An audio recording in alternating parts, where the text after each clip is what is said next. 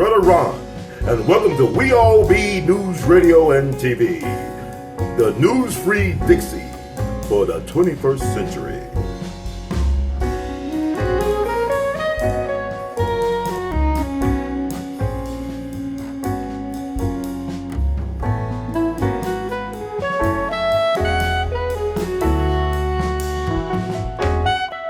Because there were things that Uncle Malcolm and his brothers and his siblings, they wouldn't discuss with Aunt Betty.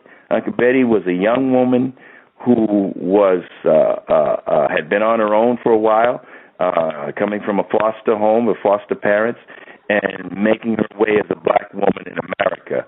As we all are fosters of some parent or another. We're lost here in America. We're not, we're lost. And she was found by her, who became her husband, Malcolm. So there are things, knowing that, from my mother's own words in talking to her, that we would not share. Even her husband would not share with her, because that's family business. So all Malcolm's siblings are deceased, right? Correct? Is that correct? The last one was Aunt Hilda. They're all gone now. Yeah. What year did she pass? Oh, my brother, what year? She was 96 years old. Oh. Aunt Hilda, and she didn't even have to pass then, except she was like, two sisters alike. They didn't want to take certain medications. Right, but she lived to be 96 though. That's amazing. Yeah, so she had got that far. So I can't say much about Aunt Hilda. She was a fighter. It's been about 10 years now. 10 years. My mother passed in 1996. Okay. And 94, 96, and Aunt Hilda 10 years later, 2006, I believe. Okay. So that has been traumatic to lose her, because she had a lot of material as well, and we have an issue right now with a cousin that illegally has some papers and documents that she's hoarding, that she doesn't have legal access to as a family member, because she doesn't have the will. But we haven't, I'm speaking of my aunt's cousins, or her siblings' children, my aunt's siblings' children. Mm-hmm. We all supposed to have rights and access to that, so we're going to have to somehow get in the back room. But we have people like who you're talking that are spying around and sniffing around, trying to do things. So, that's there. And that applies to the person you're talking about as well. I don't care who they are. And I'm saying this to you. I don't care who he is or she is. People write stories. We had that with Bruce Perry. He gets a little bit. And if anyone, and I hate to say this to you, Brother Ron, if anyone really knows a lot, when I say a lot, this man has spent decades and got angry with Professor Manny Marable at Columbia University, who did that book along with Zishan Ali. But Professor Marable didn't have control the last few years because he was ill, and this Robert Cohen at Columbia University took over and dissected the way he wanted it. And the book is a joke itself, and I have evidence of it because the material that was put forward to that, I have some of it from the people that they've interviewed, and I have some of the recordings and information and what went down and what happened. So that book isn't real, because Bruce Perry, who actually did the forensic research and knew a lot of facts, but deliberately wrote in his book on Malcolm, and then went to Columbia and gave some information, but dissected to come out the way they wanted it to at Columbia. Because Bruce Perry, a European American who's associated with the socialist group in America, these European American socialist group, and involved in Pathfinder Press and that whole thing. So they had an agenda, and the agenda was and Aunt Betty had a contract even with them, the Socialist Workers' Party of America, and they had these bookstores around the country called Pathfinder. I know you must have heard about them, and they had a lot of books in there, their take on Malcolm X. and they were upset with Aunt Betty that she didn't renew the contract with them. And Bruce Perry took umbrage with that, and his group of people. So they go to Columbia after Professor Marable has no more input and was ill, and take over the project. And, Dr. Manny Marable dies right before the book comes out, which is interesting. I mean, he was recovering from that double lung transplant. You're right. He died all of a sudden before the book. So you think that's kind of suspicious then, that he loses control of the narrative? There's nothing suspicious about when you're dealing with Negro. You know, right. It was released some years earlier how much money he got in Jet magazine. I know what it was in Jet magazine or Ebony, but I know what I know from Aunt Betty and the family and what Aunt Betty was doing and her problems she was having with Pathfinder Press and the problems she had already done the same thing that she had done, and my mother told her not to, with Pathfinder Press or the Pathfinder bookstores and the Socialist Workers' Party, that she received money and the contract ran out. And so they wanted to renew contract, and she wouldn't go along with their contract. So I find that suspicious as well what happened to her. Okay? And I let my cousins know that. Now, what they deal with and what they do with that, it's up to them. These are grown women, but I find that very suspect. And then they blame it. See, this is how this game goes down: divide and conquer, and put it on somebody else. Mm-hmm. All right, I'm very suspect, and I talked to my cousin, her grandson, who was supposedly set fire. So I know what happened. He did that. You don't believe he did that? He was no. He did not. I know he did not do it intentionally. Okay, I know that.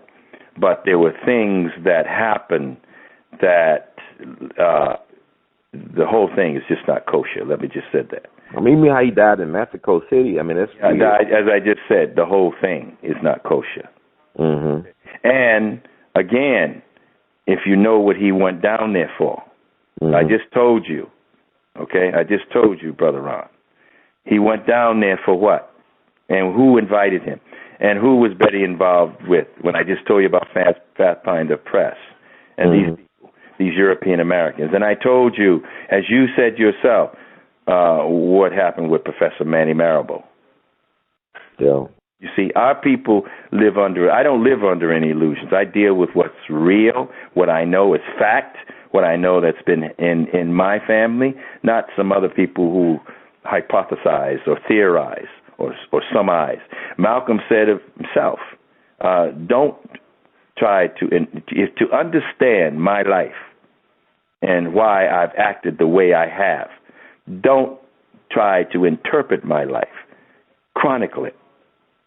That's all I try to do with anything that I do that has to do around my uncle or around my family. I don't try to interpret his life or my family's life. I just chronicle it. And to do otherwise is to be unjust to them and myself and my family. What do you think about Leon Amir 4X? Was that accidental death, or was that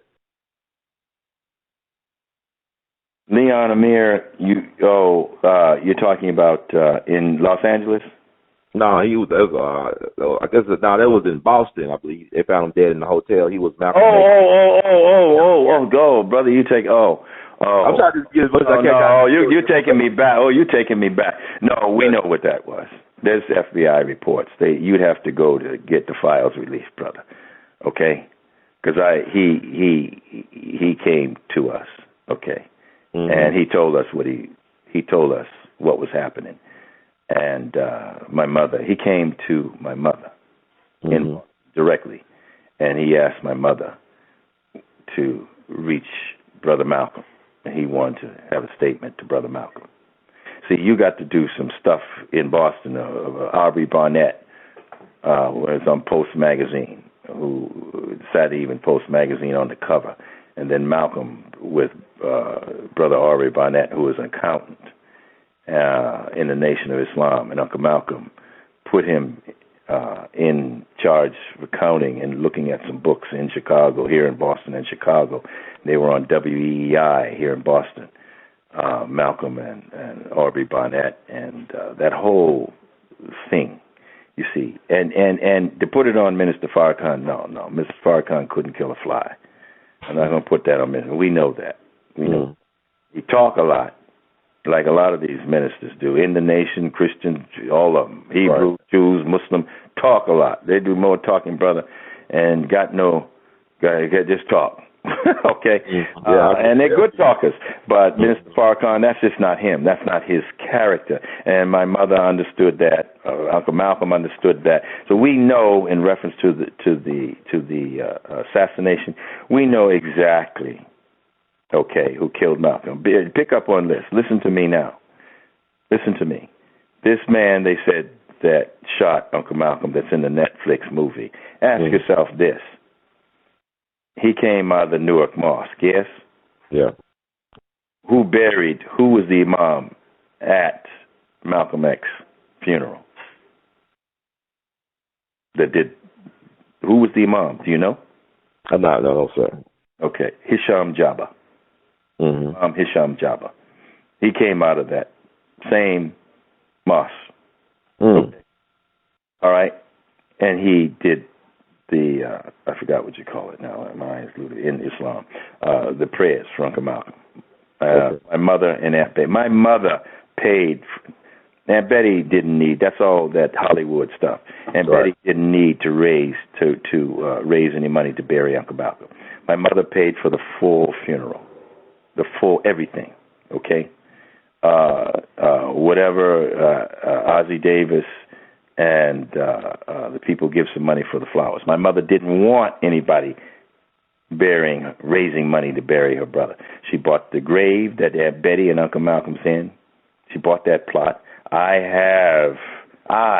have the bill of sale, okay, for the plot, and and the bill that everything was paid for by Ella Collins.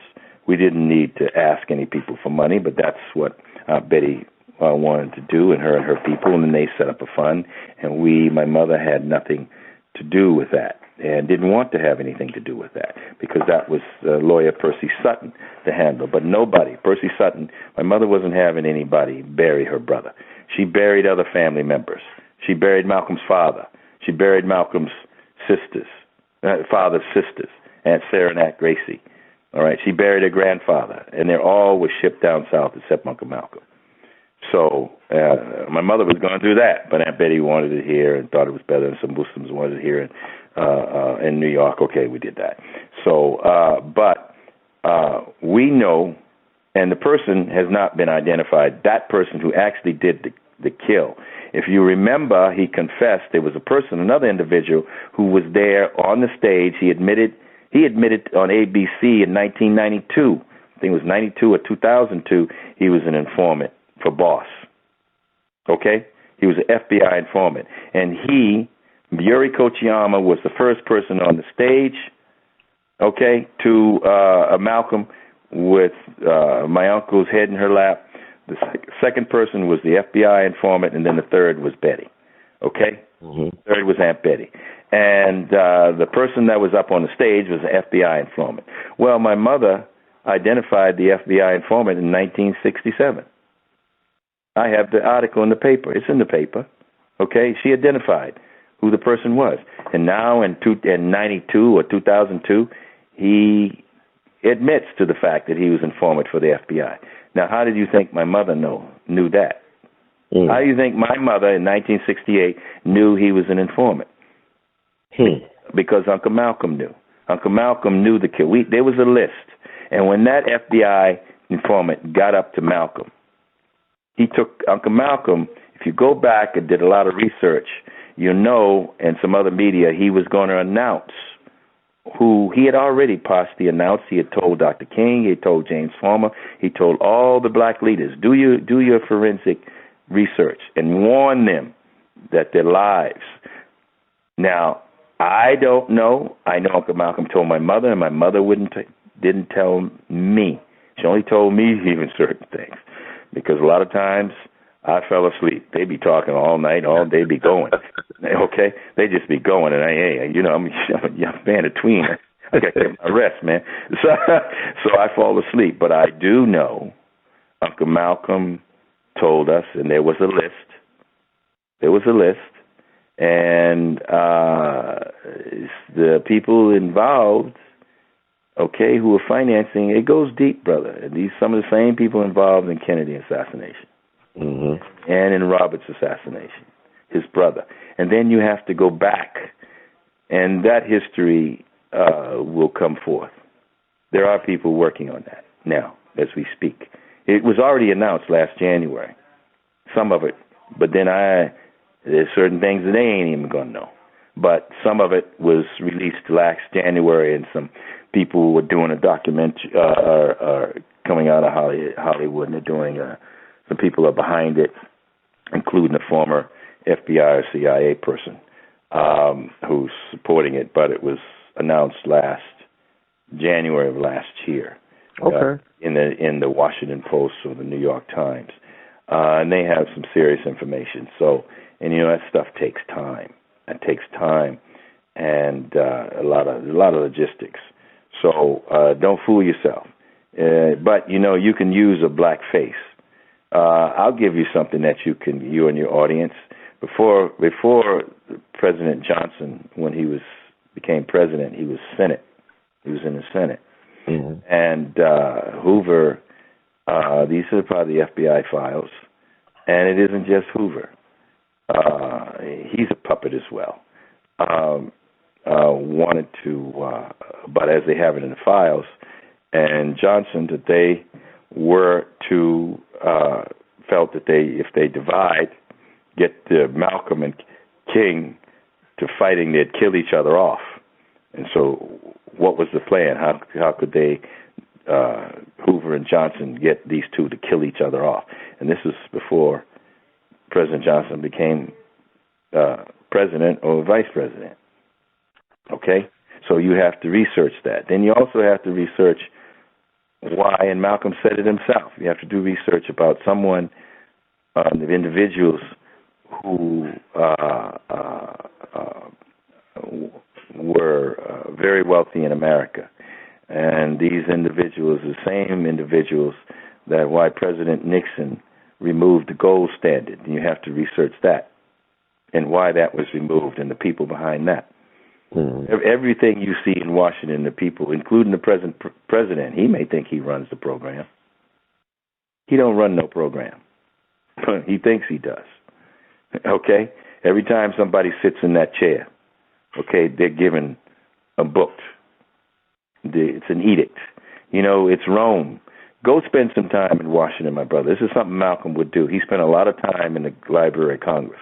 And if you spend a lot of time in the Senate and the House and look up on the walls and around the ceiling, see what you see, who these people honor, going back to Caesars and emperors and all this stuff. Mm-hmm. Who did Rome and Greece pay tribute to? Who's your pope and who they pay tribute to? What is power? Power is knowledge. Knowledge is king. And when you understand that, and unfortunately who's there, and a lot of our people are running around, all this guy talking about President Trump, who's in the office now, or President Obama. Our folks didn't like President Obama. They complained about him. I have a brother who complained about that man. He didn't do it. I wasn't even going to vote for President Obama, even though I knew him and met him when he was 15. But then he said something one day. I was going there, but then I changed my mind. I was going to vote for Hillary just because she was a woman. Mm-hmm. Just to mess with the generals, because I met Mrs. Clinton. And years when she was in Arkansas and her husband was governor. So I knew a little bit. As I said, I played professional tennis. So professional tennis was financed by industry, banks, insurance companies. You can't finance an organization and these professional anything that's in sports without money. Okay? Serious money. It's a multi-trillion-dollar business. And there are people you see and meet. So my thing was with Mrs. Clinton, you're going to mess with the chief of staff is not going to want to listen to no white woman, short, blonde, phony blonde, telling them what to do. All right, and the thing is, she lost it. Neither are they going to listen to a black one. That's hard enough. All right, so President Obama began to understand that. Malcolm understood that. Okay, he understood that, and he understood what we as a people need to do. Understand the nature of a thing and where we are dealing with. You had some other questions. I'm sorry to go on. No, I mean, you got so much information. I'm saying people gonna have to do their research. I'm glad that people are now figuring out that you can't trust the mind control news. You got to do your own, because Malcolm knew that the media was very powerful in shaping people's realities. But you talk about Obama. That's interesting. You said you met him at 15, because I know in the Black conscious community, there's a theory that Obama is Malcolm X's biological son. No, he ain't no biological nobody. I knew the man when he was 15 years old. I met him in Hawaii.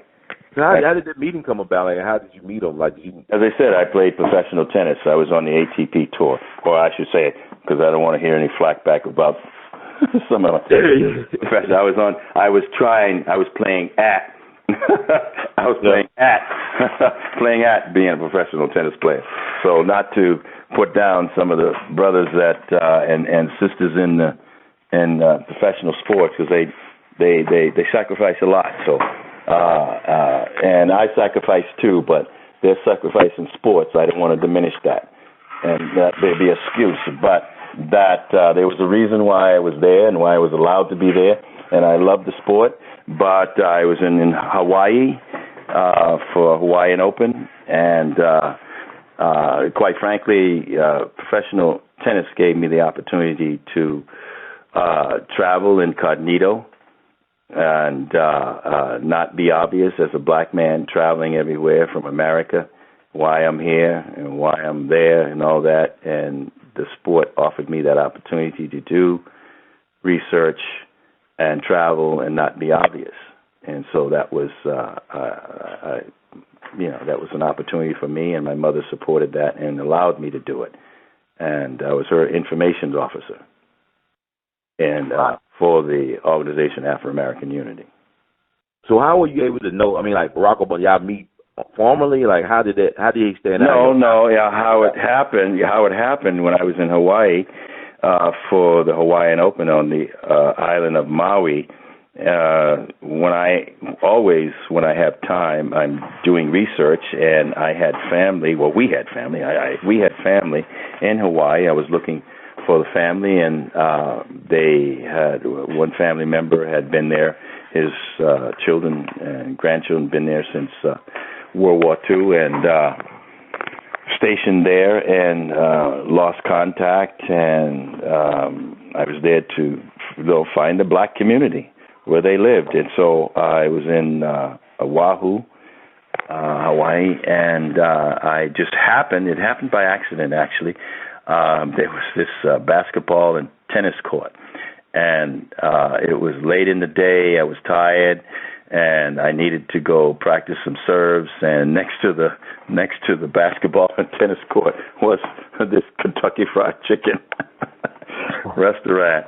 And I parked my car, and I had practiced for a while before I moved over to Maui, where the tournament was being held. I wanted to spend a few days in Oahu, looking for the black community and our family. And so I went into this Kentucky Fried Chicken restaurant, and I was sitting there, and in walks this young man with another black young man and two European Americans. And I had the tennis court and basketball court sits right next to the McDonald's, so I could look out the window and see these young men playing.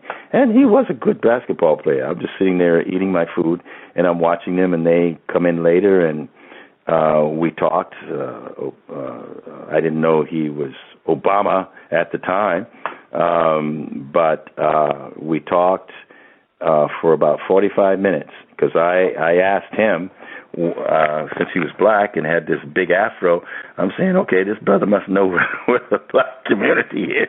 So he got this afro, so I'm thinking he must know something. So that's what he had. What you see, he had that. And slender as he is, he was always slender. We talked, and I found his character I was fascinated by. He asked me a lot of questions. He asked awful lot of questions. It was difficult for me for him to give me what I wanted. I'm trying to get what I want, and he's trying to get from me what he wants. So I wanted to know where the black community, but I have to tell you, he had no clue. He didn't know of any black community. Because he told me, I don't know of any black community. I don't live there. I don't know where that is. So he told me where he lived and who his family was, and how that came to be was because he didn't know anything about no black community, and he told me who his family was, but he wanted to know about us as a people. Well, he'd never been stateside. He'd been at that time somewhere else. He had been in the islands. I don't remember, but I know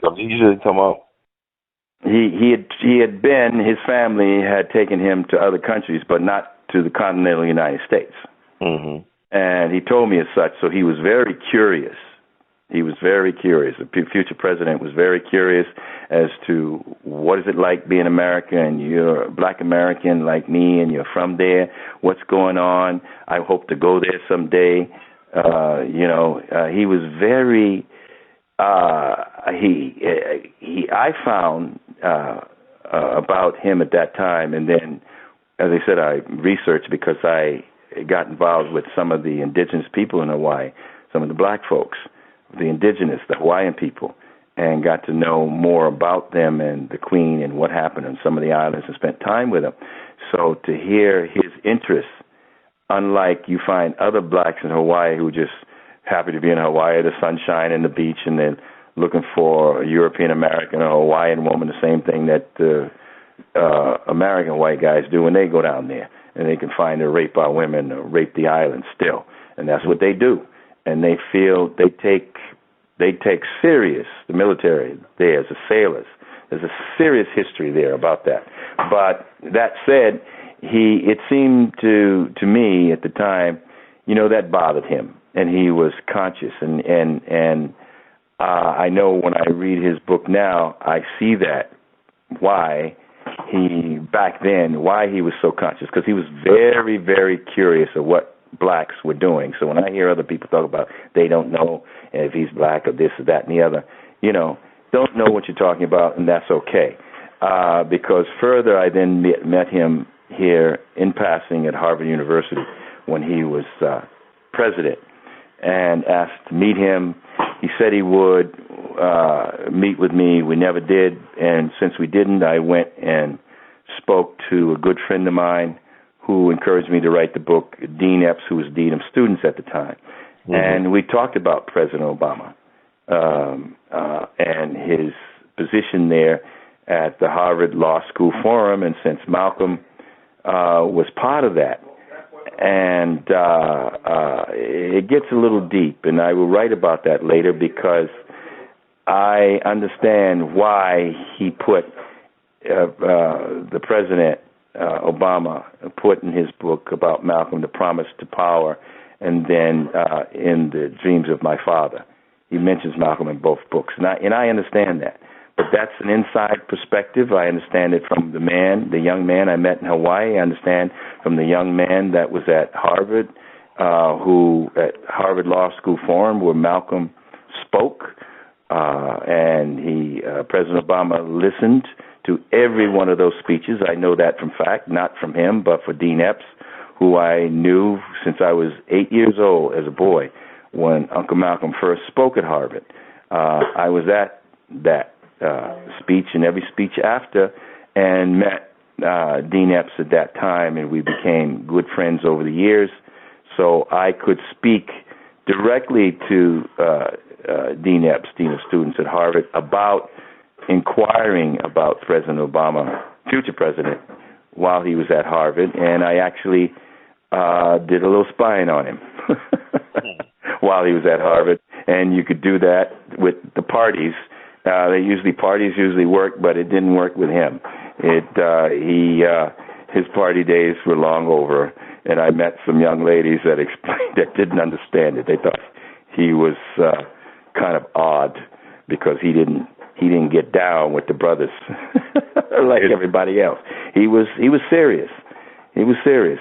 From what I know of the future president, he was very well disciplined and very well trained. He was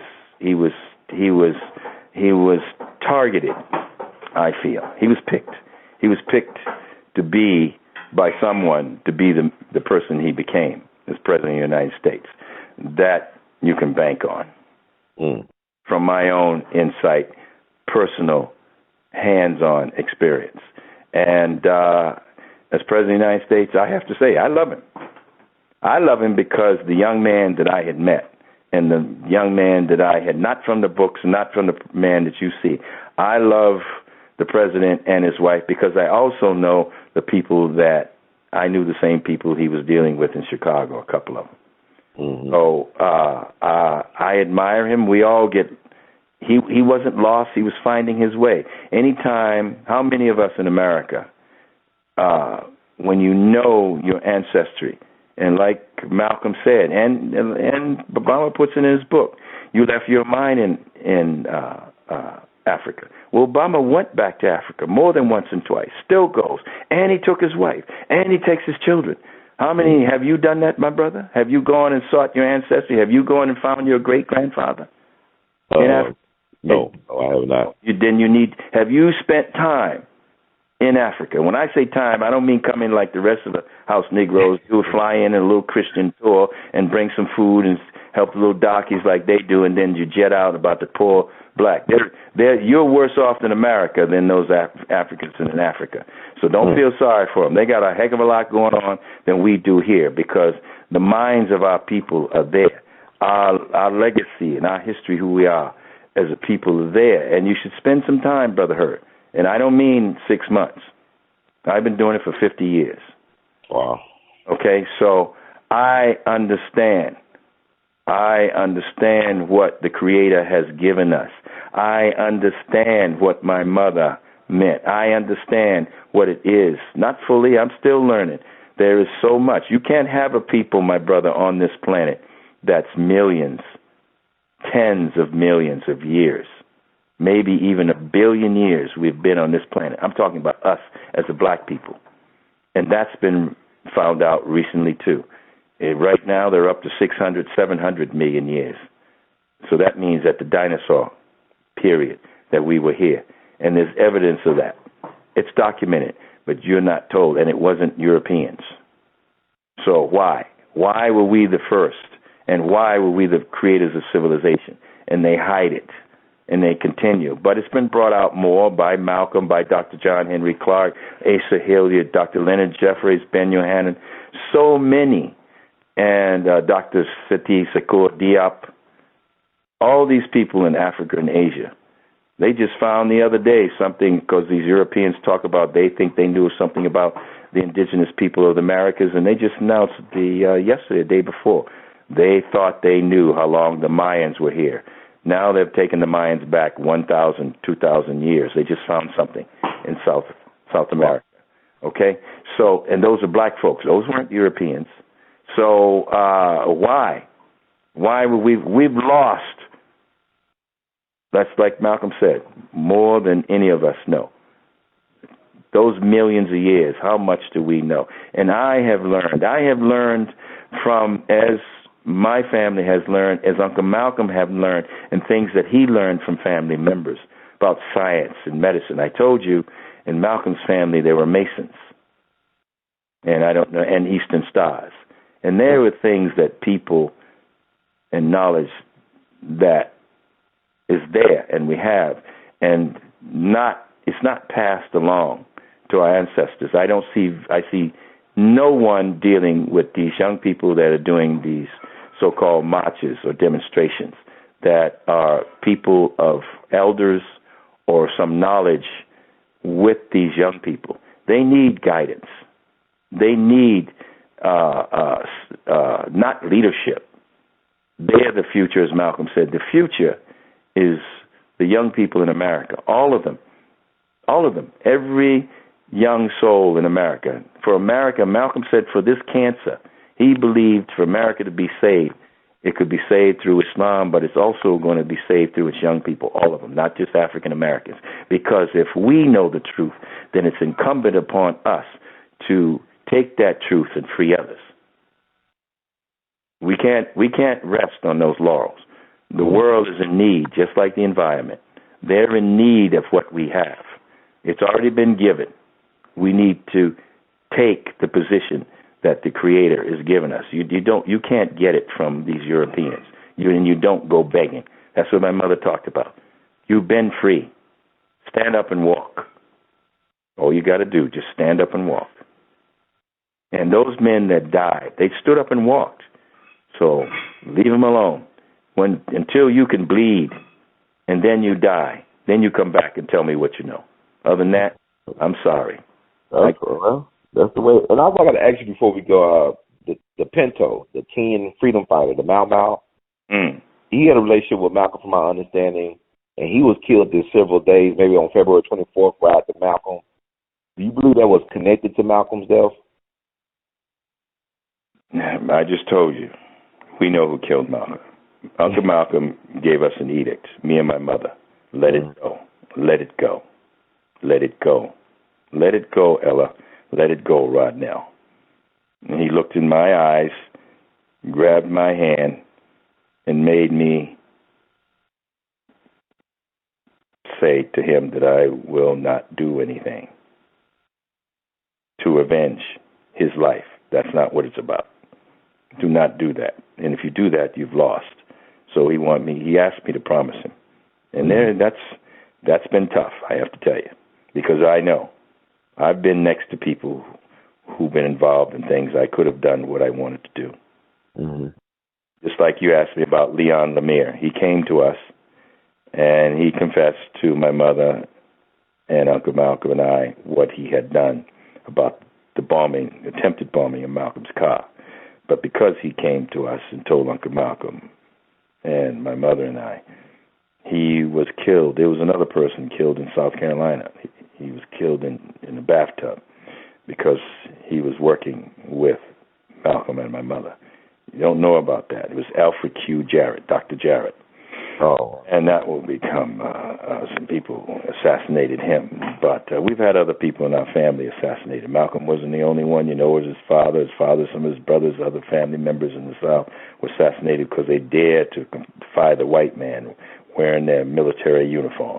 There's a whole lot of stuff. But we have the Malcolm X, Ella Collins House and the Foundation, and that stuff will be put in history and done in for future reference. But it's not necessary. I know my cousins would like to, but they are behind the curve on that. But on their emotions of their father, they have a right to feel how they want to feel. That is their father. I am the nephew of Malcolm X, El-Hajj Malik al-Shabazz, and I knew this man. I buried him. I covered him up. You see that in pictures. Mm-hmm. You see that me at the morgue. So if anybody, and you have these people that are going after trying to kill my cousins, when they were just babies, and my uncle's wife and children, and you're going to ask me not to? The only person who could ask me not to take any revenge, because that's what it would have been. Mm-hmm. Anybody, because what would it do to me to take revenge or kill one or two men, black or white? And you see some of that when I did a terrible mistake. My mother wasn't happy, and she punished me for it at the takeover of Eastern Airlines Airport here at Logan Airport in Boston. I don't know if you know about that. No, sir. You actually involved in that? Pardon? You was involved in trying to take over airport? There was no taking over the airport. We were trying to get someone out of town, and it was considered like a takeover, the airport. Wow. Because we went in there with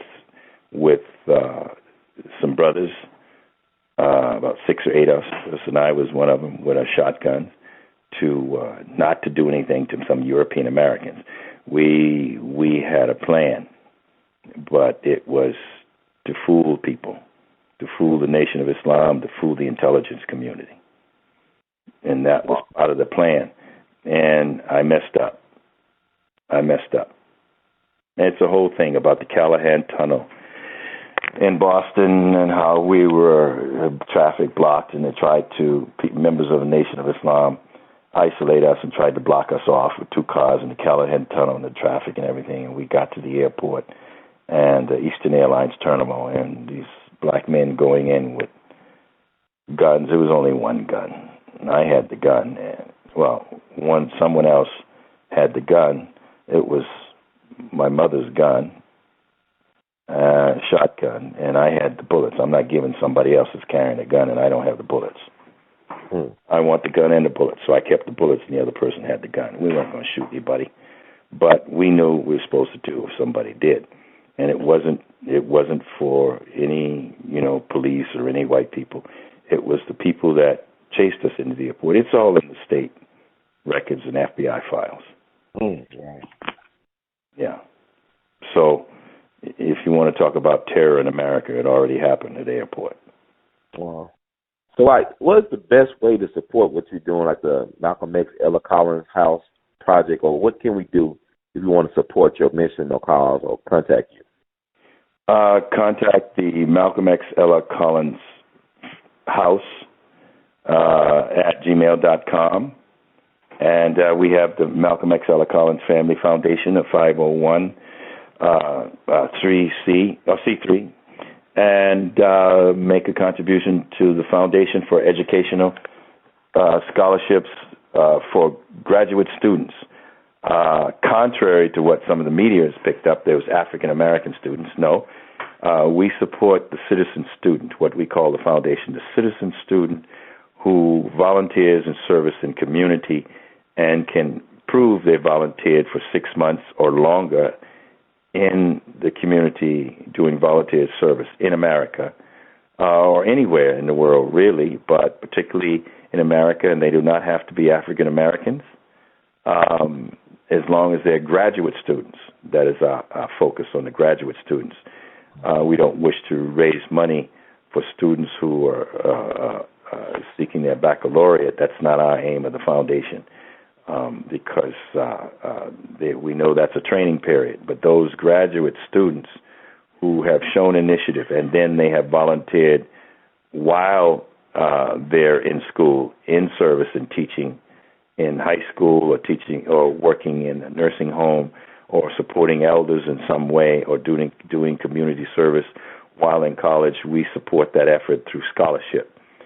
And that's what we call citizen student. And that's our number one goal of the Malcolm X, Ella Collins Family Foundation. And the second is preserving the legacy of Sheikh El-Hajj Malik El-Shabazz, which is the Malcolm X, Ella Collins House here in Boston. That's a city, state, and now recognized as a national landmark. And so we need quite a bit of, we need a 7-figure capital. So project fund to restore, preserve, and restore. You can go online and Google the Malcolm X, Ella Collins House in Boston, and you'll learn more about that. From the City of Boston has a site and information, and soon the state will have. We have the Malcolm X. Archive artifacts, some artifacts from the Malcolm X House at the Commonwealth of Massachusetts Dillaway Thomas House Museum, which is in Roxbury. So there's a portrait there, and some of the artifacts from the Malcolm X, Ella Collins House is in the museum, which belongs to the Commonwealth of Massachusetts. And, of course, there is the exhibit at the Smithsonian in Washington, D.C., some of the artifacts of Malcolm there, so you can visit that. But more directly, you can make a tax-deductible contribution to the fund for restoring this capital credits, or for the house. You can do that, or you send your check here to the Malcolm X, Ella Collins House here in Boston, Massachusetts. It's tax deductible. Well, and the Malcolm, just make a check out, to the Malcolm X. Ella Collins Family Foundation, Malcolm X. Ella Collins House here in Boston, Massachusetts. And that will go toward the scholarship fund of the foundation. So I hope that will, are you writing this down? Oh yeah, I'm writing down. I'm writing it down. Make sure like I include it. When right. I disseminate it with the show. Right, but you can email me at Malcolm, lowercase, all lowercase, about the foundation and the house at Malcolm X. Ella Collins House at gmail.com. That's Malcolm X. Ella Collins House at gmail.com. And any of your questions, feel free. All right, excellent. Well, Brother Rodnell, thank you so much. I mean, I really enjoyed this conversation. Like I said, people going to be like really doing their research once they hear you speak because you offering so much. And I can't believe it was almost 3 hours on this phone. well, brother, how long is it since we've last spoken? It's been years, actually. It was just crazy. It's been a while. Well, that's not my fault. You've been on the phone. Yeah, I know. I just years. You just got. When I come to Boston, I'm definitely going. You be one of the first people I'm gonna connect with. Well, when you come, the city of Boston and the Commonwealth of Massachusetts is spending $20 million to refurbish Malcolm X Park, which is a 10-acre park. It's next to the Malcolm X house. So the city of Boston, the Commonwealth of Massachusetts has been, and the powers that be have been very supportive in the past and present. So we're pleased with that.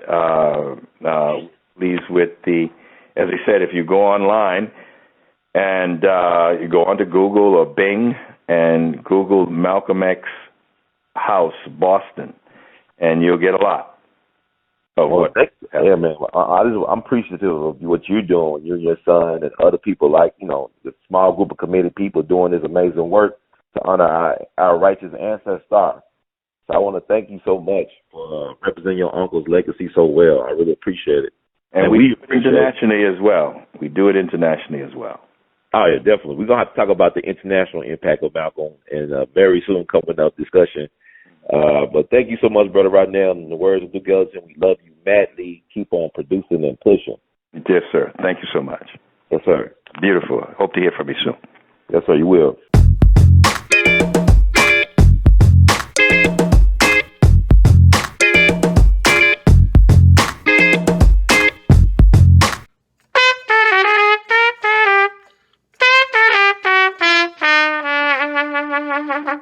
Hey, everybody, this is Brother Ron. I am asking you all to do me a big favor. Think about supporting the We All Be movement. Your donation is tax deductible. The We All Be Group Incorporated is a recognized 501c3. And I'm just asking you all because I want to keep on bringing y'all quality work through the way that I know how to do best. And I'm going to sing my praises and toot my horn. A lot of y'all were not hip to Dick Gregory until Brother Ron brought him on the We All Be platform, until that jingle review we did. Y'all seen another side of Judge Joe Brown, and Judge Joe Brown's message has been amplified. But it was We All Be that brought Judge Joe Brown to y'all back in 2014. And so many others. And we covered so many things. So help us out so we can help you all. Peace.